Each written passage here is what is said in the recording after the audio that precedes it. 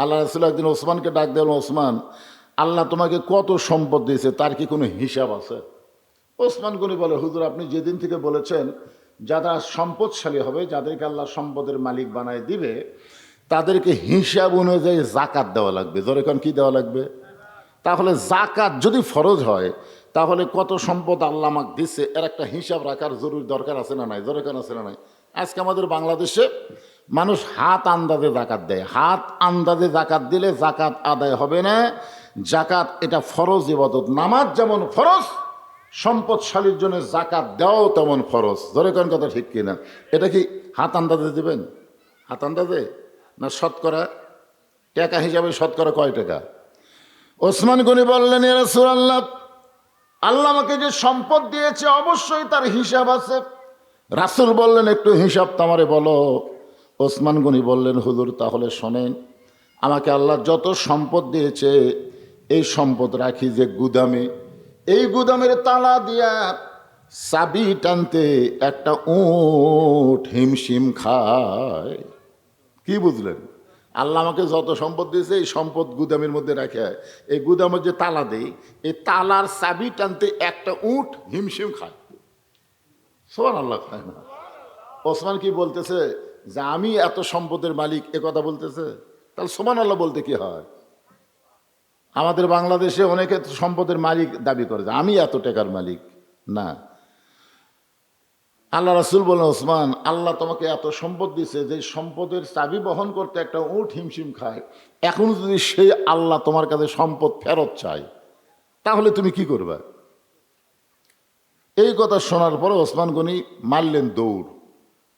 দৌড় মানে দেখে উমর ফারুক আইনমন্ত্রী বলতেছে, হুজুর দেখেন, আপনার কথা শুনে ওসমান যে দৌড় দিল। আল্লাহ রাসূল বলেন, ওমর, আজগুবি কোনো কথা বলা যাবে না, কথা বললে তদন্ত করে কথা বলা লাগবে। ধরে কারণ ঠিক কি না? কিছুক্ষণ পরে সাহাবেরা তাকায় দেখে ওসমান গনি চাবি বহনকারী উটটাকে আল্লাহ নবীর কাছে টেনে টেনে নিয়ে আসলেন।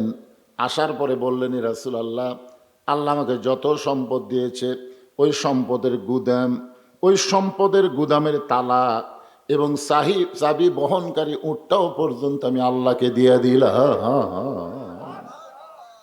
রাসূল বললেন, ওসমান, সবই আল্লাহ দিলে, তাহলে তোমার জন্য কি রাখলে? ওসমান গনি বললেন, নবী গো, আমার জন্য আমার আল্লাহ এবং রাসূল থাকলে যথেষ্ট। সঙ্গে সঙ্গে নবী আসমানের দিকে তাকায় বলেন, আল্লাহ, যে ওসমান আজকের পরীক্ষায় গোল্ডেন এই প্লাস পেয়ে গেল, আমি নবী, তাকে কি দিব? আমার তো দেওয়ার কিছুই নাই।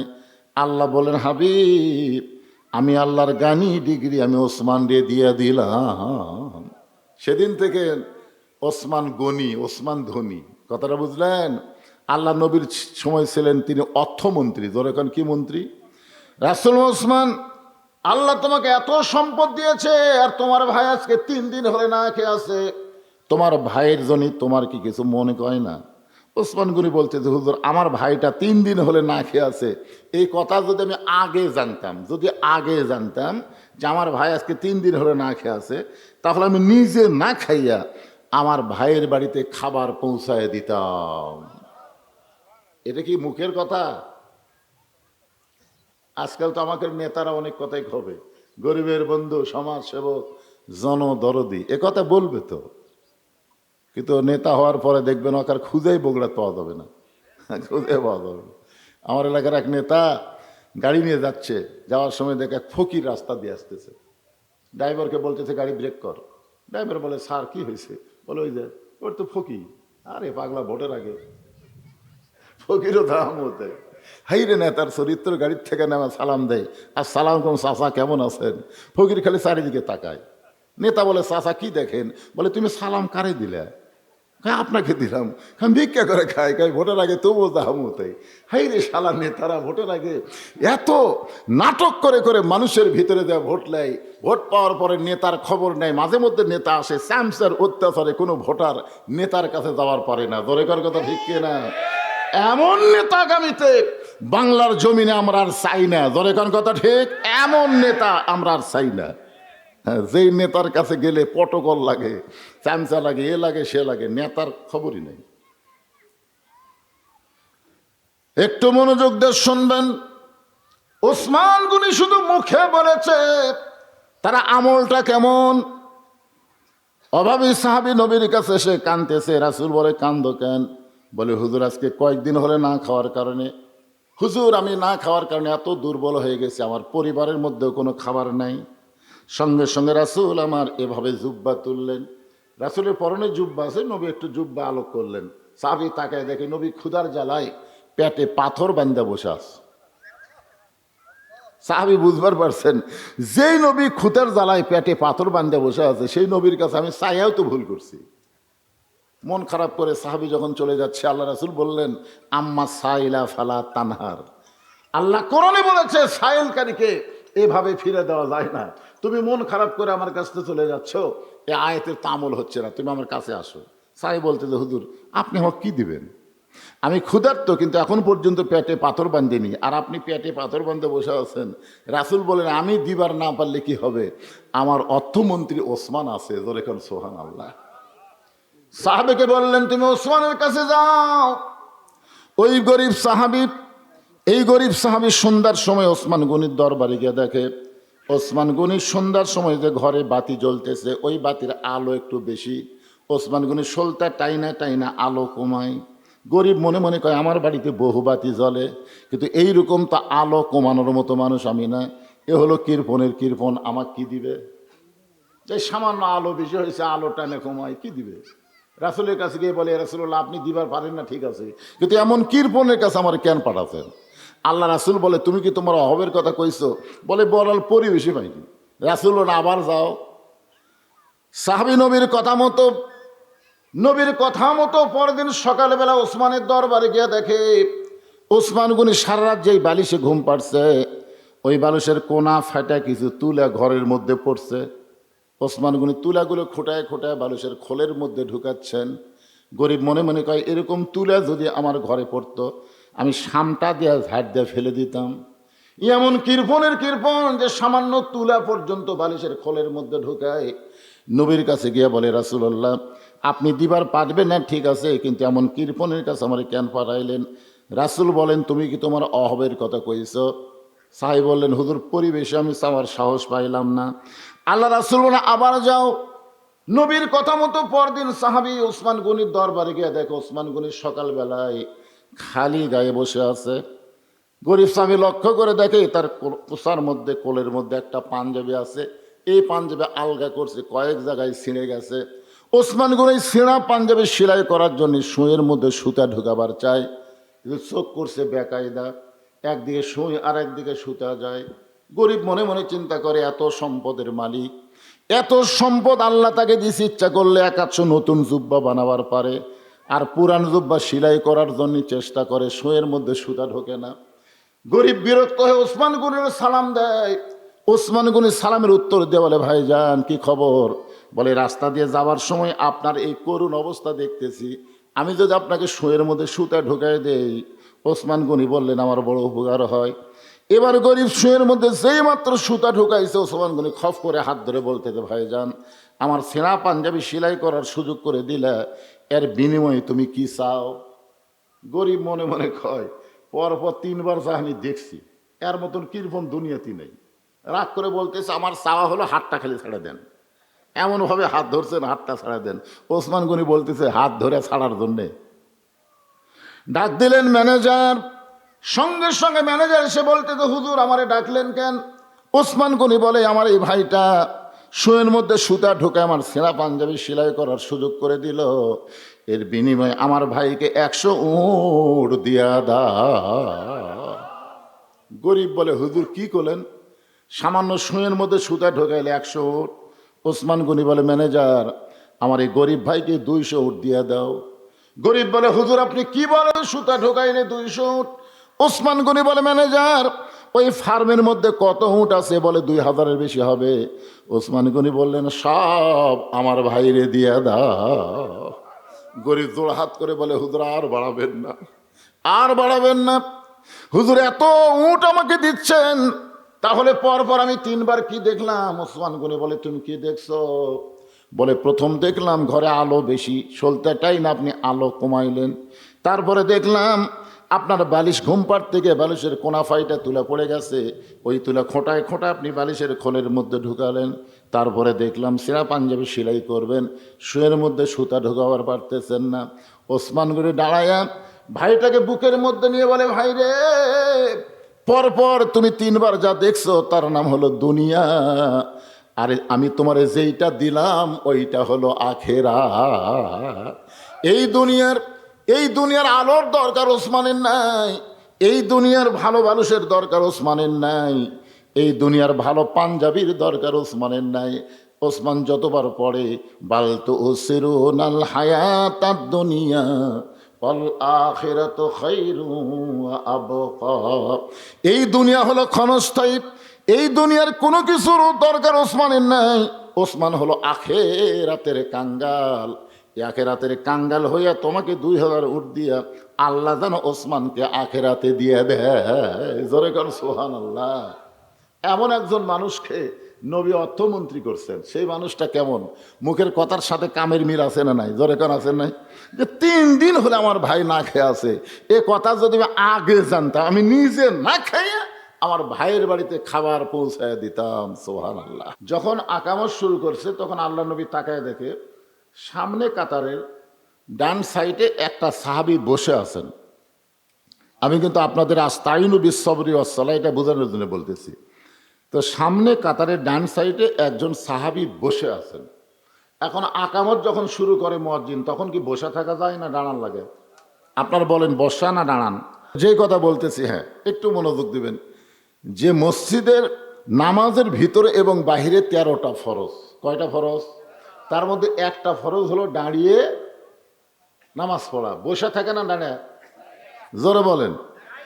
এটা কোন জায়গার জন্য? এটা খেয়াল করবেন। আপনি যখন বাড়িতে নামাজ পড়বেন তখন আপনার জন্য কিন্তু আলাদা সওয়াব হবে। আপনি বাড়িতে নামাজ পড়েন, আল্লাহ আপনাকে 1 গুণ সওয়াব দিতেও পারে, নাও পারে। জামাতে নামাজ পড়াই তো শর্ত, যদি পড়েন বাড়িতে কয় গুণ? আর মসজিদের মধ্যে যখন জামাতে পড়বেন তখন কয় গুণ?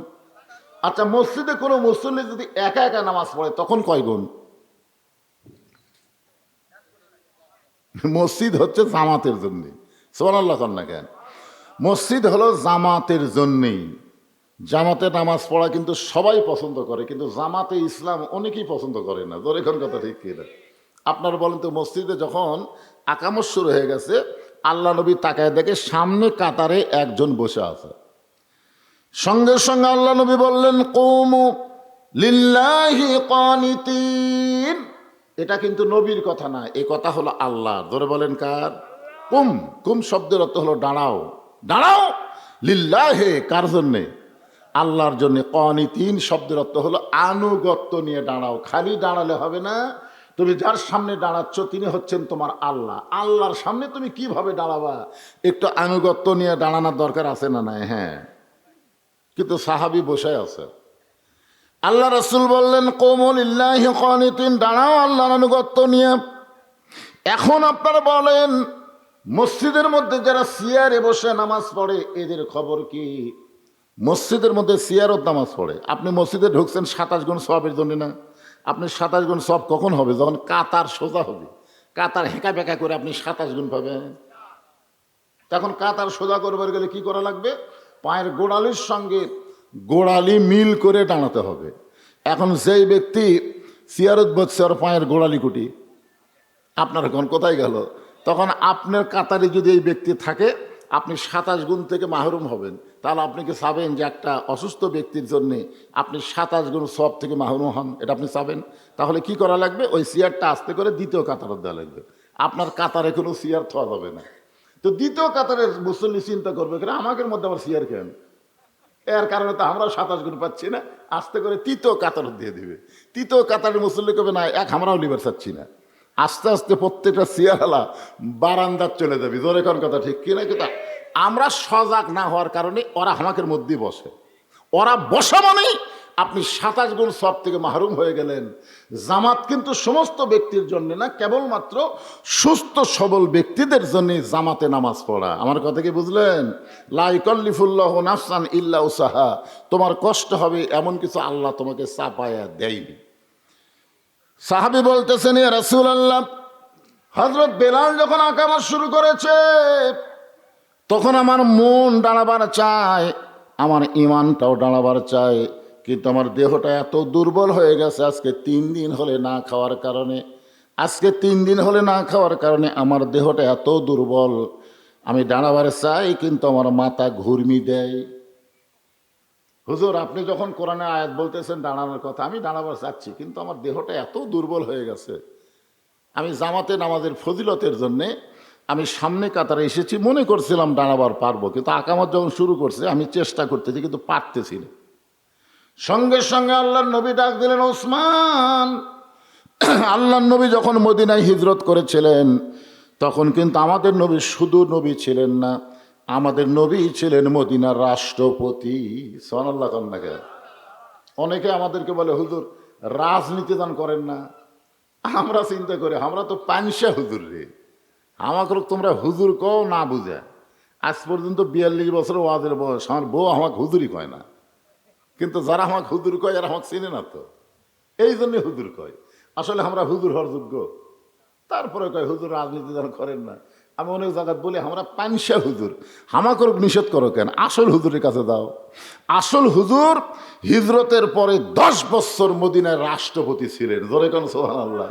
তাহলে বড় হুজুর নবী যদি রাজনীতি করে আর আমরা পানসা হুজুর রাজনীতির কথা বললি তোমাকে বাজে কোন জায়গা? আল্লাহ নবী ছিলেন মদিনার রাষ্ট্রপতি। নবী যখন মদিনার রাষ্ট্রপতি ছিলেন তখন ধর্মমন্ত্রী হলেন হজরত আবু বকর। ধর্মমন্ত্রীর নাম হলো হজরত আবু বকর। আইনমন্ত্রীর নাম হলো হজরত ওমর। অর্থমন্ত্রীর নাম হলো ওসমান গনি। আর শিক্ষামন্ত্রীর নাম হলো হজরত আলী। আমি আপাতত 4টা মন্ত্রীর নাম করলাম, আরও মন্ত্রী আছে, স্বরাষ্ট্রমন্ত্রী, পররাষ্ট্রমন্ত্রী। কিন্তু আল্লাহ নবী তো কোনো সাহাবীকে ডাক দিলেন না, ডাক দিলেন কাকে? অর্থমন্ত্রী ওসমানকে। ধরে কোন সুবহানাল্লাহ।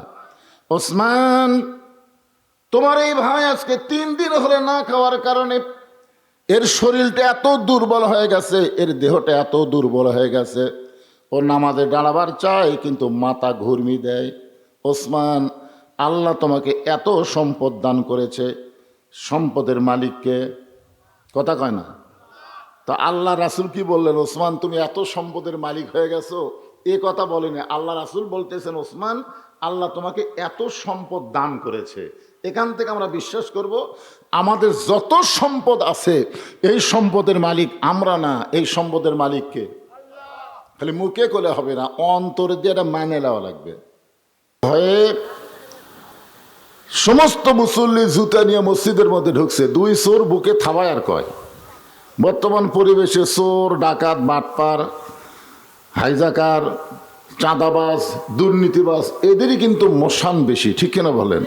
কিন্তু আল্লাহর কোরআন দিয়ে যখন রাষ্ট্র চলবে তখন ওই সকল মানুষের তো মশান দূরের কথা, ওদের অস্তিত্বই থাকবে না, অস্তিত্বই খুঁজে পাওয়া যাবে না। কারণ যখন আল্লাহর কোরআন দিয়ে রাষ্ট্র চলবে। আজকের মাহফিলের প্রধান অতিথির আগমন, আবিদুর রহমান সোহেল ভাইয়ের আগমন। লিল্লাহে তাকবীর। মানে সবাই আসতেছে ঠিকই, কিন্তু শ্রোতারাই তো আসতেছে না।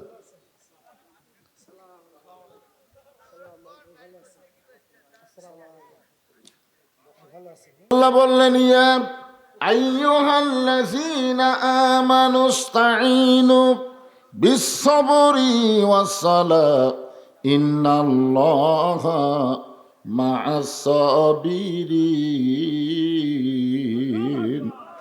যে আয়াতকে সামনে নিয়ে আজকে আপনাদের সামনে আলোচনা। আল্লাহ ইমানদারকে লক্ষ্য করে বললেন, আমি আল্লাহর কাছে যদি কিছু পাবার চাও। আমরা আল্লাহর কাছে চাই কি চাই না? কি চাই? সব কিছু চাই না মাঝে মাঝে চাই? সব কিছু দেওয়ার মালিককে আল্লাহ। যদি আল্লাহর কাছে কিছু পাবার চাও, আল্লাহ বলতেছেন 2টা জিনিসের মাধ্যমে চাইতে হবে। একটা হলো ধৈর্য আর একটা হলো নামাজ। বিস-সাবরি ওয়াস-সালাহ। 1 নম্বরে আল্লাহ ধৈর্যের কথা বললেন, 2 নম্বরে সলাতের কথা বললেন। আপনারা বলেন তো, আমাদের বাংলাদেশে যত কাজ আমরা করি সমস্ত কাজের মধ্যে নামাজও কিন্তু একটা কাজ। নামাজ কার কাজ? আল্লাহর কাজ। মানে আমরা কিন্তু একটা গান অনেকদিন আগে শুনছি যে সব কাজের আগে নামাজ। মানে কোনো কাজ করা যাবে না নামাজ বাদ দিয়া, আগে নামাজ তারপরে কাজ, ঠিক কিনা বলেন? বলেন তো, দুনিয়ার যত কাজ আমরা করি সমস্ত কাজের মধ্যে কিন্তু আমাদের মোটামুটি একটা ধৈর্য আছে। এই যে যারা এখন জমিতে আলু লাগাচ্ছে, ওই আলু লাগান মাত্রই পাবে? আলু লাগানোর সাথে সাথে পাবে? এই আলু লাগানোর পরে দেখবেন তাকে অনেক কিছু করা লাগবে, সার খোল দেওয়া লাগবে, পানি দেওয়া লাগবে, এ করা লাগবে, গাছ হবে, আবার সে গাছত পোকা ধরবে, পোকা মারার ওষুধ দেওয়া লাগবে। এরপরে দেখবেন 3 মাস পরে আলু পাবে। এখন কেউ যদি বলে এই মিয়া এই আলু লাগাচ্ছিস, আলু পাবি না, এই আলু তুই পাবি না, তখনই রাগ করে বলবে পাই কি না পাই 3 মাস পরে আসিস। এ কথা কিন্তু বলবে কি বলবে না? দুনিয়াতে যখন কেউ ধান লাগায় একই অবস্থায়, ধানের ঘাস লাগায়, বিছন লাগায়, তখন যদি কেউ বলে এগুলো লাগায় কোনো লাভ নাই, তখন সে রাগ করে বলে এখন কিছু লাভ নাই, কিন্তু 3 মাস পরে বুঝতে পারবি। দুনিয়ার সমস্ত কাজ করে আমরা রেজাল্ট পাওয়া বিশ্বাস করি, কিন্তু দুনিয়াতে যারা ভালো কাজ করতেছে, আল্লাহর হুকুম অনুযায়ী চলতেছে, তাদেরকে আল্লাহ পুরস্কার দেবে, রেজাল্ট দেবে দুনিয়া এবং আখেরাতে। ধরে কারণ সুবহানাল্লাহ। এই জন্য আমরা দোয়াই বলি না, এটা কোরআনের আয়াত। রব্বানা পড়েন, রব্বানা আতিনা ফিদ দুনিয়া হাসানাতাও ওয়া ফিল আখিরাতি হাসানা ওয়া কিনা আযাবান্নার। এখানে আল্লাহ বললেন ধৈর্য আর নামাজ। আপনার বলেন তো, এই নামাজ যে আমরা আদায় করি, এর পুরস্কার খালি মরার পরে না দুনিয়াতেও আছে? দুনিয়াতে কি পুরস্কার? দুনিয়ার 1 নম্বর পুরস্কার হলো ইন্নাস সালাতা তানহা আনিল ফাহশাই ওয়াল মুনকার। একমাত্র নামাজই পারে মানুষকে যাবতীয় বেহুদা অশ্লীলতা থেকে হেফাজত করতে। সুবহানাল্লাহ বলেন। আজকে আমাদের বাংলাদেশের যুবকেরা, অধিকাংশ যুবকেরাই কিন্তু বেহুদা কাজ করতেছে, অশ্লীলতার মধ্যে ডুবে গেছে, ঠিক কিনা বলেন? এখন এই মুহূর্তে আমরা কতগুলো বুড়া মানুষ নামাজ পড়ি, যুবকরা পড়ে না। আর সমাজে আমরা ভালো চাই, কখনোই সম্ভব না। সমাজের মুরব্বীগুলো ভালো, যুবকগুলো ভালো না, এই সমাজ কোনোদিন ভালো হতে পারে না। যুবকদেরকে ভালো করতে গেলে 1 নম্বর যেই ইবাদত লাগবে, হুকুম লাগবে, তার নাম হলো নামাজ। জোরে কোন কথা ঠিক কিনা?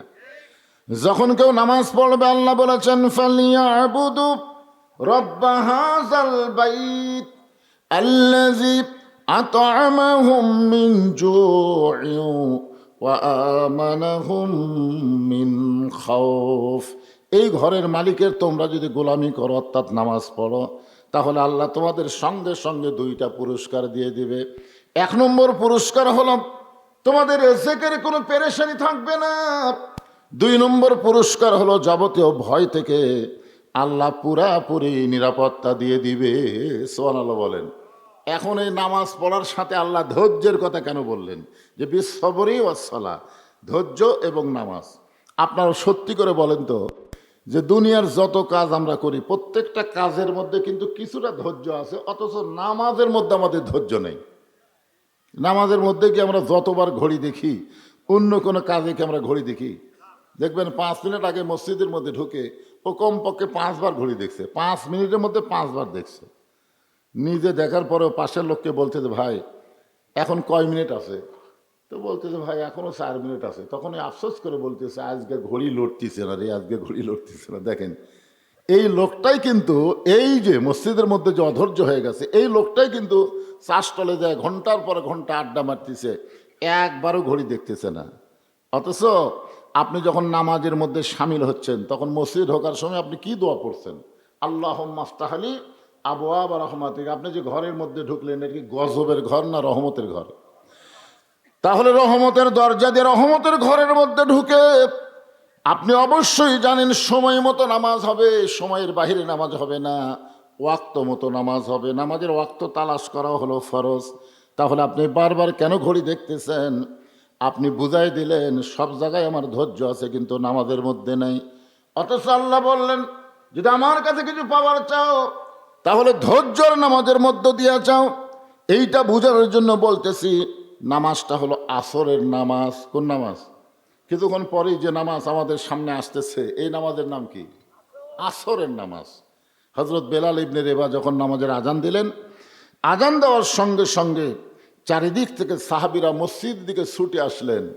একটা ফতোয়া আপনারা খেয়াল করবেন, ইল্লা মুয়াজ্জিন, শুধু মুয়াজ্জিন ছাড়া, আজান দেওয়ার আগে কেউ যদি মসজিদের মধ্যে প্রবেশ করে তার নামাজ হবে, কিন্তু মসজিদে প্রবেশ করার একটা সোয়াবও আল্লাহ তাকে দেবে না। কারণ মসজিদে প্রবেশ করা লাগবে আজান দেওয়ার পরে। যেরকম আজান দেওয়ার কখন? আজান দেওয়ার আগে কেউ যদি আসে, নামাজ হবে, মসজিদের মধ্যে নামাজ হবে, কিন্তু মসজিদে প্রবেশের যে একটা সোয়াব আছে, এই সোয়াব থেকে আপনারা বঞ্চিত হবেন। সোয়াবটা কখন থেকে শুরু হয়? আজান দেওয়ার পর থেকে হয়। কখন থেকে শুরু হয়? তাহলে আপনারা কখন আসবেন মসজিদে? আজান দেওয়ার আগে না পরে? হযরত বেলাল যখন আজান দিলেন, আজান শোনার সঙ্গে সঙ্গে প্রত্যেকটা সাহাবী মসজিদ দিকে ছুটে আসলেন। আজান দেওয়ার সঙ্গেই কিন্তু নামাজ হয় না, একটু সময় আছে না নাই? তো যখন জামাতের সময় হলো, নামাজের জামাতের যখন সময় হলো, তখন হযরত বেলাল ইবনে রেবা আবার আজানের মতোই যেটা দেয়, কিন্তু কদ কামাতের সালায় একই কথা দুইবার বেশি কয়। এর নাম কি? এর নাম হলো আকামত। তো এই যে মাদ্রাসা করতেছে ভাইজান, আসলে সময় কম। ঘড়ির দিকে তাকায় দিকে এখনো 3:30 বাজে গেছে, 3:45 দিবে আসরের আজান। আজান দিলে আপনার অনেকে ফতুয়া খুঁজবেন, আগে ওয়াজ না নামাজ? অনেকেই বলবে কে ওয়াজ আগে না নামাজ আগে? তো এই যে মাদ্রাসার মাহফিল, ওসমান গনির মতো যারা এখানে বসে আছেন, যে দুনিয়া কিছুই না, আসলে দুনিয়া কিছুই না। এখানে একটা মাদ্রাসা যদি তৈরি হয়, আমাদের সন্তানগুলো কোরআনের তালিম নেবে, হাফেজ হবে, আলেম হবে। এই মাদ্রাসার জায়গা কিনে আজকের এই দোয়ার অনুষ্ঠান করছে এখানে। আর আপনাদের কাছে আমাকে বলেছে, হুজুর একটু মাদ্রাসার জন্য একটু হাত পাতাবেন। যদি আল্লাহকে মহব্বত করে ওসমান গনির সঙ্গে আখেরাতে জান্নাতে যাওয়ার আশায় যদি আপনারা কেউ থাকেন, তাহলে আপনাদের একটু বলবো 2-4 মিনিটের মধ্যে 500, 1000, 2000, 1000 যাই যা পারেন আল্লাহর হস্তে। যদি আপনাদের পকেটে এখানে টাকাই না থাকেন, তাহলে আল্লাহর হস্তে একটু দেওয়া শুরু করেন। তো আমি দোয়া করে দেব, আল্লাহ যেন আখেরাতের কাঙ্গাল ওসমান গনির সঙ্গে আল্লাহ আপনাদের জান্নাত দিয়ে দেয়। আল্লাহ। বাজার কমিটির সাধারণ সম্পাদক শামসুল ইসলাম 1000 টাকা দান করেছে। মানে আরো বেশি দিবার পারে, একটা মাদ্রাসার জন্য 1000 টাকা দিলে এটা কেমন যেন একটা হয়। একটু বেশি দেওয়া যায় না? কোথায় আছে নাকি?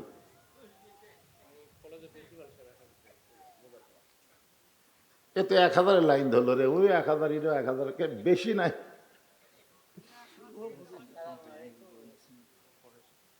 সিমেন্ট, মাশাআল্লাহ। মুরব্বীর সামনে থেকে আল্লাহ ওসমান গনির সঙ্গে কবুল করো। আচ্ছা, মা প্যান্ডেলের পিছনে আমার মা বোনেরা বসে আছে। মায়েরা শোনেন, কি সময়ের মধ্যে আপনাকে কি ওয়াজ করবো মা? আপনাদের ওয়াজ খুব একটা বেশি না। আল্লাহ রাসূল বলেছেন, মেয়েরা 4টা আমল করলে 8টা জান্নাতের দরজা। সুবহানাল্লাহ বলেন। হ্যাঁ, নামাজ পড়বেন, রোজা করবেন, স্বামীর কথা মতো চলবেন, সতীত্বের হেফাজত, পর্দা করবেন, আল্লাহ মায়েদেরকে ফাতেমার সঙ্গে জান্নাত দেবে। আমার মায়েদের কাছে ছেলেরা যাবে, মাদ্রাসার বিশ্বস্ত যারা, তারা যাবে। আপনারা আল্লাহর হস্তে একটু এই মাদ্রাসা একবার হয়ে গেলে আপনাকে দান করা লাগবে না ভাইজান। 1 বস্তা 2 বস্তা করে একটু সিমেন্ট দেন, এই মাদ্রাসার ভিত্তি প্রস্তর হবে। তো আপনি একটু সিমেন্ট লেখায় দেন।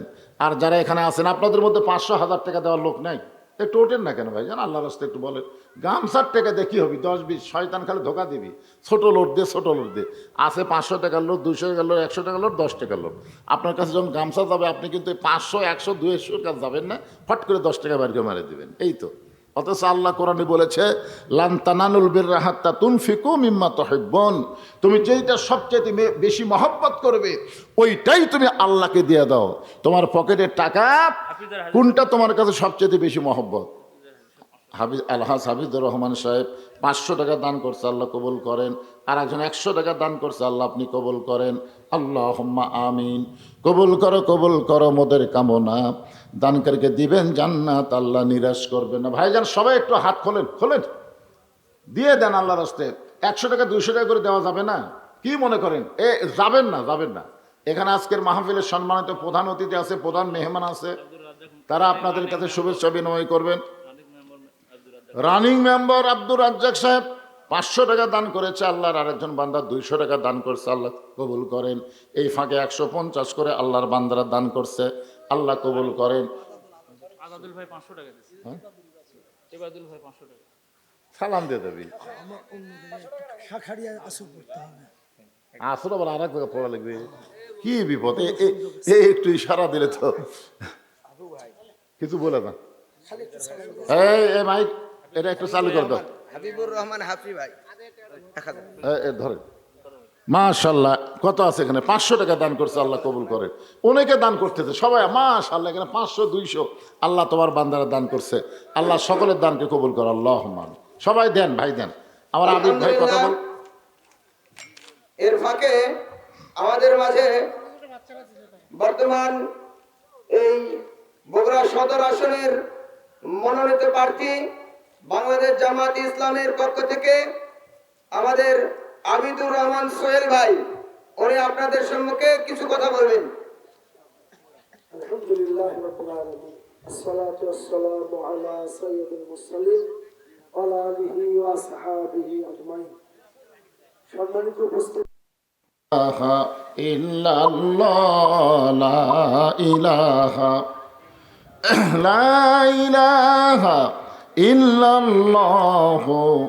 মুহাম্মাদুর রাসূলুল্লাহ সাল্লাল্লাহু আলাইহি সাল্লাম। কে মাশাআল্লাহ, আজকের মাহফিলের সম্মানিত প্রধান অতিথি আমার ভাইজান আবিদুর রহমান সোহেল, উনি 5,000 টাকায় মাদ্রাসার জন্য দান করেছেন। আল্লাহ তার দানকে কবুল করুক। তো ইজ্জমান তাশা, সম্মান দেওয়ার মালিক আল্লাহ, রাফায়না লাকা যিকরাক, আল্লাহ কবুল করুন। সকলে বলে আল্লাহুম্মা আমিন। আরও যারা এরকম সিমেন্ট দিবেন, এমনকি আল্লাহর কোনো বান্দা এখানে নাই যে হুজুর মাদ্রাসা যখন ভিত্তি দিবে আমি তখন 1 বস্তা সিমেন্ট দেবো, এরকম আল্লাহর বান্দারা নাই। 1টা বস্তা 2টা বস্তা করে সিমেন্ট দিলে কি হয়?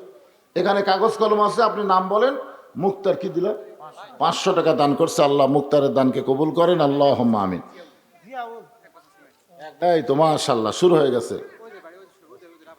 ঠিক আছে, অসুবিধা নেই। জিয়াউর রহমান আল্লাহর এক বান্দা, উনি 1 বস্তা সিমেন্ট দান করলো। আল্লাহ তার দানকে কবুল করুক। সকলে বলে আল্লাহুম্মা আমিন। একটু বলেন, সবাই বলেন। এই মাহফিল করার একটা উদ্দেশ্য তো আছে রে ভাই। হ্যাঁ, আব্দুর রাজ্জাক রানিং মেম্বার সাহেব 2 বস্তা সিমেন্ট দান করবেন। আল্লাহ তার দান কবুল করেন। আল্লাহ নেক নিয়ত নেকাশা পড়া করেন। শাহাদত হাজি সাহেব 1 বস্তা সিমেন্ট দান করবে। আল্লাহ শাহাদতের দানকে আল্লাহ, সবাই একটু বলেন না রে ভাই। 1 বস্তা 2 বস্তা, সব বাহিরের লোক না, কত দূর থেকে লোক আইছে, এই আশেপাশের লোক নাই। আপনারা একটু বলেন। 1 বস্তা ওয়াজ শুনবেন, বহু ওয়াজ। আমার ওয়াজ শুনবার গেলে খালি ইউটিউবে যাবেন, খালি বলতেছি টিভি মারবেন, ওয়াজের খালি গাড়ি চলে আসবে। একটু বিপদ, বুঝতেছে না কোন দিকে যাই। হায় হায়, সময়ের দিকে খেয়াল করা লাগতেছে, মাদ্রাসার দিকে খেয়াল করা লাগতেছে, আপনাকে দিকেও তাকাই আছি। বলেন, হাত তুলে একটু বলেন, হুজুর আমি এই মাদ্রাসায় নবীর ঘরে 1টা বস্তা সিমেন্ট দিব, এরকম একটু বলেন।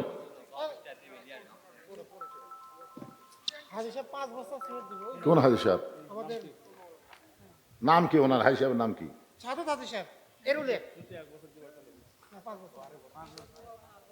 আলহাজ শাহাদত হোসেন এরুলিয়া সাহেব 5 বস্তা সিমেন্ট দান করবে।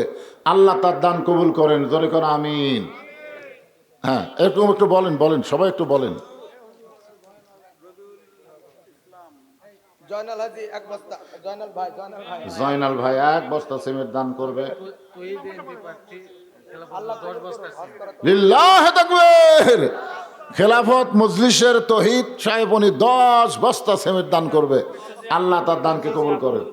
দুঃশেষা আদমদিঘির পদপ্রার্থী আমার ভাই, এখানকার আজকের প্রধান মেহমান, উনি 10 বস্তা সিমেন্ট, এই যে আমার ভাইজান, উনি 10 বস্তা সিমেন্ট এই নবীর এতিম মাদ্রাসায় দান করবে। আল্লাহ তার দান কবুল করুক। সকলে বলে আল্লাহুম্মা আমিন। সবাই একটু বলেন, বলেন আল্লাহর রাস্তায় বলেন।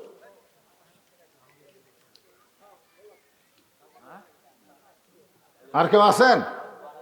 আমি বাকি কথা বলি, ওয়াজ শেষ করে দেবো। এই মাদ্রাসার কিছু বাচ্চা কাচ্চারা ছিল, একবারে উঠে দেয়, মাহফিল শেষ। আলহাজ মোস্তফা সাহেব 5 বস্তা সিমেন্ট, লেখা লাগবে, আবার এই লেখা লাগবে। মোস্তফার নাম লিখছেন। আলহাজ মোস্তফা সাহেব 5 বস্তা সিমেন্ট দান করবে। আল্লাহ তার দান কবুল করেন। আল্লাহ নেক নিয়ত নেক আশা পড়ে আল্লাহুম্মা আমিন। বাপ মা যাদের কবরে গেছে, বাপ মার কথা মনে করে একটু আল্লাহর হস্তে দেন। দক্ষিণ পাড়ার রিফন 1 বস্তা সিমেন্ট দান করবে। আল্লাহ রিফনের দানকে আল্লাহ আপনি কবুল করেন। আল্লাহুম্মা আমিন। বলেন সবাই একটু বলেন, এতগুলো মানুষ একটু আল্লাহর হস্তে বলেন। মাশাআল্লাহ, আমার ভাইজান 100 টাকা দান করেছে। আল্লাহ দানকে কবুল করেন। বলেন একটু সিমেন্টের কথা বলেন, 2-1 জন বলেন। যখন মাদ্রাসার ভিত্তি দিবে তখন আপনার দিবেন ইনশাআল্লাহ।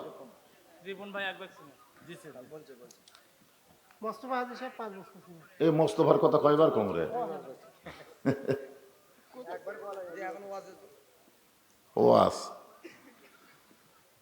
ওসমান গনি বললেন, এ রাসূলুল্লাহ, আমার এই ভাই 3 দিন হলে না খেয়ে আছে, এটা যদি আমি আগে জানতাম, নিজে না খাই আমার ভাইয়ের বাড়িতে খাবার পৌঁছায় দিতাম। সঙ্গে সঙ্গে নবী খুশি হয়ে বললেন, রে দুর্বল সাহাবী, নামাজ শেষ হলে, আসরের নামাজ শেষ হলে তুমি ওসমানের কাছে যাব, ওসমান এমন দেওয়া দিবে আর কোনোদিন না খেয়ে থাকা লাগবে।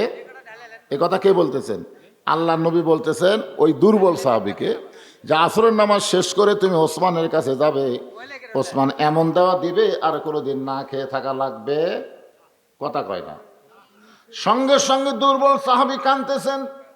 এই কথা শোনার পর আরো জোরে জোরে কাঁদতেছেন। আগেকার কান্না ছিল গোপনে, এবার প্রকাশ হয়ে গেছে। রাসূল একটু মন খারাপ করে বললেন, সাহাবী নামাজ শেষ করে ওসমানের কাছে যাবে, এই কথা শোনার পরে তুমি এমন করে কেন কাঁদতেছ? সঙ্গে সঙ্গে সাহাবী আল্লাহর কোরআন থেকে, দুর্বল সাহাবী আল্লাহর কোরআন থেকে বলতেছেন, ইয়া আইয়ুহাল্লাযীনা আমানুস্তাঈনু বিস-সাবরি ওয়াস-সালাহ ইন্নাল্লাহা মা'আস-সাবিরিন। আল্লাহু আকবার। যে আয়াত নিয়ে আমি কথা বলতেছি ওই আয়াতটা সাহাবী পড়ে বলতেছি, ইয়া রাসূলুল্লাহ 3 দিন হলে না খাওয়ার কারণে আমার দেহ দুর্বল হয়ে গেছে। এই মনোযোগ দিয়ে শোনেন, কি দুর্বল হয়ে গেছে? দেহ দুর্বল হয়ে গেছে, কিন্তু আমার ইমানটা এখনো তত দুর্বল হয়নি। যতক্ষণ পর্যন্ত আমার ইমান বলবে আল্লাহ আমাকে সাহায্য করবে, কে সাহায্য করবে? আল্লাহ আমাকে সাহায্য করবে, ততক্ষণ পর্যন্ত দরকার হলে আমি না খাইয়া খাইয়া মরে যাব, কিন্তু আমার আল্লাহ বাদ দিয়ে আমি ওসমানের কাছে যাবার পারবো না। কে বলতেছেন যাবার? নবী বলতেছেন নামাজের পরে। আর সাহাবী কি কইছে? কথাটার দিকে খেয়াল করছেন? যে আমার ইমান বলতেছে এখন পর্যন্ত ইয়াকা না'বুদু ওয়া ইয়াকা নাস্তাঈন, গোলামি করি কার? সাহায্য চাই কার কাছে? এখন পর্যন্ত আমার ইমান বলতেছে আল্লাহ আমাকে সাহায্য করবে, আল্লাহ আমাকে সাহায্য করবে। আমার ইমান যতক্ষণ বলবে আল্লাহ আমাকে সাহায্য করবে, ততক্ষণ পর্যন্ত আমি আল্লাহ ছাড়া দুনিয়ার কোনো ওসমানের কাছে যাব।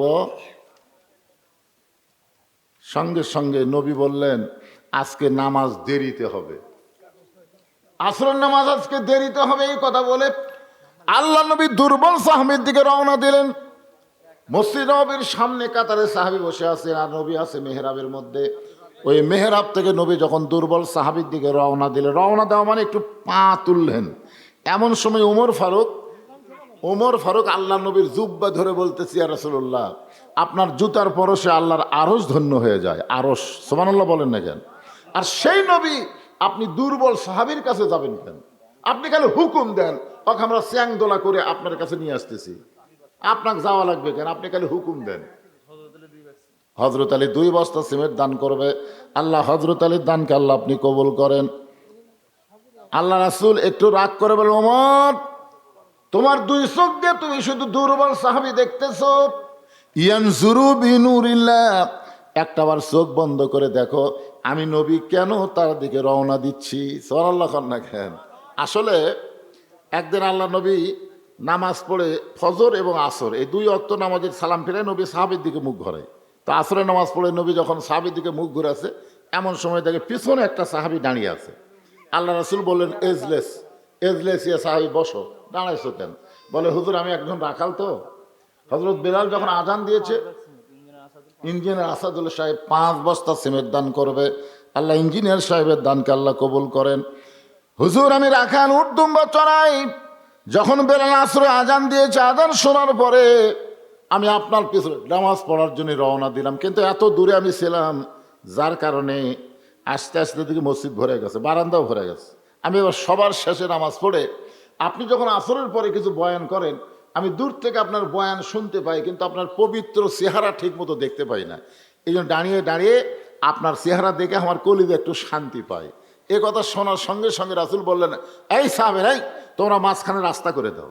তো সমস্ত সাহাবী নড়ে সরে যখন রাস্তা করে দিছে, সাহাবীরা চিন্তা করতেছে হয়তো রাসূল বলবেন, রাখাল তুমি আমার কাছে আসো। কিন্তু আল্লাহ নবী ওই রাখাল সাহাবীকে কাছে আসতে না বলে নিজেই দাঁড়িয়ে যখন রাখালের দিকে যাওয়ার চায়, সাহাবীরা বললেন, হুজুর আপনি যাবেন কেন? রাখালকে বললেই তো আপনার কাছে আসে। আল্লাহ রাসূল বললেন, তোমরা শুধু রাখাল দেখতেছো, কিন্তু আমি ইয়ানজুরু বিনুরিল্লাহ, নূরের চোখ দ্বার কলিজার মহব্বত দেখতে পাচ্ছি। আর কলিজার মহব্বতের এত বেশি পাওয়ার যে আমি নবী তার কাছে ছুটে যাচ্ছি। জোরে কার সুবহানাল্লাহ। এই হাদিসটা ইমাম মালিক রহমতুল্লাহ নকল করে বলেছেন, তোমরা পৃথিবীর যেখানেই থাকো না কেন, নবীর সুন্নাত, নবীর আদর্শ, নবীর মহব্বত তোমরা যদি আমল করতে পারো, তুমি যেখানেই থাকো না কেন, তোমার ভাঙ্গা ঘরে এসেও হলেও আল্লাহ নবী স্বপ্নে তোমার সঙ্গে দেখা দিয়ে দিবে। জোরে কোন সুবহানাল্লাহ। বেশি বেশি দরুদের আমল করবেন, নবীর সুন্নত আদর্শ আমল করবেন। আপনি মদিনায় যাবার না পারলেও মদিনার নবী আপনার কাছে চলে আসবে। আল্লাহ নবীর ওমর, তুমি শুধু দুর্বল সাহাবী দেখতেছো, একটাবার চোখ বন্ধ করে দেখো ওই দুর্বল সাহাবী। এবার হযরত ওমর চোখ বন্ধ করে যেই মাত্র তাকাইছে, দুর্বল সাহাবীর দিকে যেই মাত্র তাকাইছে, আপনারা বলেন যে চোখ বন্ধ করে আবার তাকান যায় নাকি? যায় যায়। আমাকে সে চোখ নাই তো, খালি দুই চোখ দিয়ে দেখতেছি এটা কার বাড়ি, এটা কার জমি, এটা কার পুকুর, খালি দুই চোখের দেখা। একবার চোখ বন্ধ করে দেখেন, একটা জমি একটা বাড়ি আপনার চোখত পড়বে না, খালি কবর চোখত পড়বে। জোরে কোন কথা ঠিক কিনা? এটা কার বাড়ি রে, এটা কার জমি রে, এটা এই দুই চোখের ধান্দা। তাহলে চোখ বন্ধ করে দেখেন, এই দুনিয়ার বাড়ি ঘর একদিন হইয়া যাবে পর, যাইতে হবে অন্ধকার কবর। আমরা চোখ বন্ধ করি না দেখেই তো নকলের মধ্যে আছি। ওমর ফারুক যেই চোখ বন্ধ করছে, ইয়ানজুরুবি নূরিল্লাহ, নূরের চোখটা তাকায় দেখে ওই দুর্বল সাহাবীর ঈমান এত বড়। ওমর ফারুক কাঁপতে কাঁপতে পড়ে গেছে। কিছুক্ষণ পরে আল্লাহ রাসূল বললেন, ওমর তুমি এমন কি দেখলা যেটা দেখার পরে তুমি কাঁপতে কাঁপতে পড়ে গেলা? ওমর ফারুক বলে, রাসূলুল্লাহ আমি দেখেছি ওই দুর্বল সাহাবীর ঈমানের পাওয়ার। আল্লাহ রাসূল বলেন, পাওয়ারটা কিরকম হতে পারে? ওমর ফারুক বললেন, আসমান থেকে সূর্য যদি টান দিয়ে ওই সূর্যের জায়গায় যদি ওই দুর্বল সাহাবীর ঈমানটা লটকানো হয়, আমার বিশ্বাস ওই সাহাবীর ঈমানের আলো সূর্যের আলোর চাইতেও বেশি হবে। সুবহানাল্লাহ কর না কেন? আপনার বলেন তো, এই যে ঈমানের পাওয়ার, এটা কোন ইবাদতের মাধ্যমে? কথা কয় না। কোন ইবাদত? নামাজ। জোরে কর না কেন? কোন ইবাদত? আর সালাতু মেরাজুল মুমিনিন, নামাজ হচ্ছে মুমিনদের মেরাজ। এই হাদিসকে আপনাদের বিশ্বাস হয়? আল্লাহ রাসূল বলেছেন, বুখারী শরীফের প্রথম হাদিস, কিতাবুল ইহসান, আন তা'বুদুল্লাহ কাআন্নাকা তারাহু ফাইন লাম তাকুন তারাহু ফাইন্নাহু ইয়ারাকা। যখন কোনো আল্লাহর বান্দা ইবাদতের মধ্যে শামিল হয়, এই ইবাদতের নাম হলো নামাজ, তখন সেই ইবাদতের মালিক আল্লাহকে দেখতে পায়। আল্লাহ যদি দেখা সম্ভব না হয়, আল্লাহ যে তাকে দেখতেছে, এই বিশ্বাস তার কলিজার মধ্যে আসে। জহুরুল ইসলাম 5 বস্তা সিমেন্ট দান করবে। আল্লাহ জহুরুল ইসলামের দানকে আল্লাহ আপনি কবুল করেন, আল্লাহুম্মা আমিন। আজকের আলোচনা শেষ পর্যায়ে আমি নিয়ে আসলাম। আবার অনেকে মনে করবে লোক চলে গেছে দেখে হুজুর হয়তো শেষ করলো না। আমি শেষ করলাম ভাইজান। এখান থেকে যেটা আমি আপনাদের বুঝাবার চালাম, সব বাদ দেন, কিন্তু নামাজ যেন বাদ দিয়েন না। এক সময় নামাজে আপনাকে আবার আল্লাহর সব ভালো কাজগুলো ধরার তৌফিক দিয়ে দিবে। এমন পাওয়ার নামাজের মধ্যে আছে না নাই? ওয়াজ দিয়ে নামাজ হবে না। আমরা যতই ওয়াজ করি, ওয়াজ দিয়ে নামাজ হবে না। নামাজ হবে কিসের মাধ্যমে? আল্লাযীনা ইম্মাক্কান্নাহুম ফিল আরদ, মুসলমানের মধ্যে কাউকে যখন ক্ষমতার চেয়ার দেওয়া হবে, তার 1 নম্বর দায়িত্ব হলো আকামুস সালাত, নামাজ কায়েম করা। আমাদের বাংলাদেশি মানুষ আমরা নামাজ পড়ি, মন চালে আমি পড়ি, আমার ছেলে পড়ে না, স্বামী পড়ে, বউ পড়ে না, দাদা পড়ে, লাতি পড়ে না, বাপ পড়ে, বেটা পড়ে না। এইরকম ফাজলামি নামাজ চলবি না। তোর এখন কথা ঠিক করে, এটা হলো নামাজের মধ্যে ফাজলামি করা। নামাজ পড়া মানে সবাই নামাজ পড়া লাগবে, ঠিক কিনা বলেন? এটা হলো নামাজ কায়েম করা। আপনাদের একটা ছোট্ট যুক্তি দিই। আচ্ছা, আমরা সবাই এখানে বসে আছি, আমাদের সকলের শরীরে কাপড় আছে না নাই? এখানে যদি একজন উলঙ্গ হয়ে আসে, আপনারা কোন ব্যক্তি তাকে আপনার কাছে বসাবেন? যে ন্যাংটা হয়ে যাচ্ছে, আপনি কাছে নেবেন? কি জন্য নেবেন না? কারণ এখানে কাপড় কায়েম হয়ে গেছে, কাপড় প্রতিষ্ঠা হয়ে গেছে। এখানে কোনো ন্যাংটা ব্যক্তিকে পছন্দ হবে না।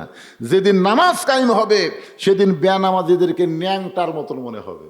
ন্যাংটা রেখে যেমন কাছে যায় না, ন্যাংটার সাথে আত্মীয়তা করেন না, ন্যাংটার সাথে বসে চা খায় না, তখন দেখবেন বেনামাজির সাথে নামাজি কোনোদিন মিলেমিশে থাকতে পারবে না। হয় নামাজ পড়, হয় কাপড় পর, কাপড় পরার সময় যায়। নামাজ কায়েম কর, নামাজের মধ্যে আয়। আজকে দেখবেন বাপ নামাজ পড়ে, বেটা নামাজ পড়ে না। আপনার কি বেটাকে ন্যাংটা মনে হয়? বেটা যদি নামাজ না পড়ে, বেটাকে ন্যাংটার মতন মনে হবে, কিন্তু হচ্ছে না তো। তার মানে বোঝা গেল বাংলাদেশে এখনো নামাজ কায়েম হয়নি।